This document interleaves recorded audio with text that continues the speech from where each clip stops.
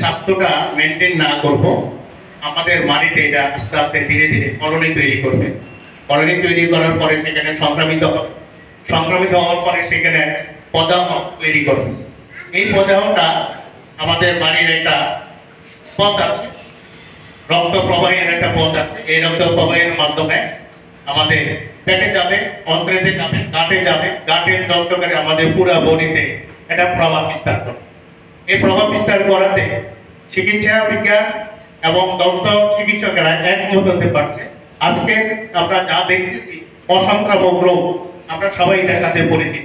অসংক্রামক রোগ অর্থাৎ NCD, non communicable disease, যেটা আমরা হৃদরোগ, ডায়াবেটিস, উচ্চ রক্তচাপ, প্রোস্টাল, ফ্যাটি লিভার, ক্যান্সার, করোনাভাইরাস, যতগুলো রোগ আপনারা শুনতে পাচ্ছেন, যতগুলো বিশেষজ্ঞদের কথা শুনছেন, সবার একটাই মূল রুট হলো আপনার মেটাবলিক ডিসঅর্ডার, ফুড ইনট্রিগেন।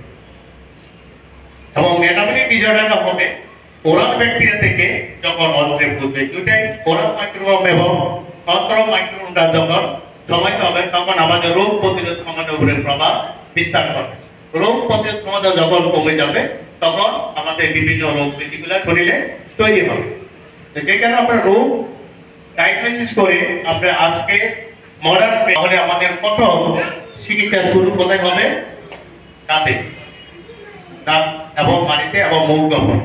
সেই জায়গায় দাঁতের মুখে ব্যাকটেরিয়ার কারণে আমার হৃদরোগ হচ্ছে, আমার ব্লক হচ্ছে, আমি ওপেন হার্ট সাথে যদি আমি রিং বসাচ্ছি, আমি বাইপাস করছি, কিন্তু দেখা যাচ্ছে যে আমার দাঁতের চিকিৎসাটা হচ্ছে না। সেটা কার্ডিওলজিস্টও ডেন্টিস্টের কাছে পাঠাচ্ছে না।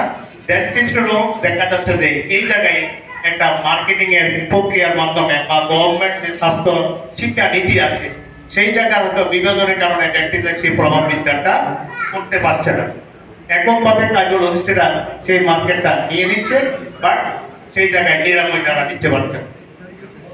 এটার কারণ হলো ওরাল ব্যাকটেরিয়ার যেটা বললাম, ফুড ফরমাইট মানে যে ব্যালেন্স ব্যাকটেরিয়া, অর্থাৎ এটাকে আমরা পেনিট্রেন্ট বলবো। আমাদের প্রথম স্টেজ হলো হেলদি গাম, আপনারা দেখতে পাচ্ছেন আপনাদের প্রথম হেলদি গামটাতে।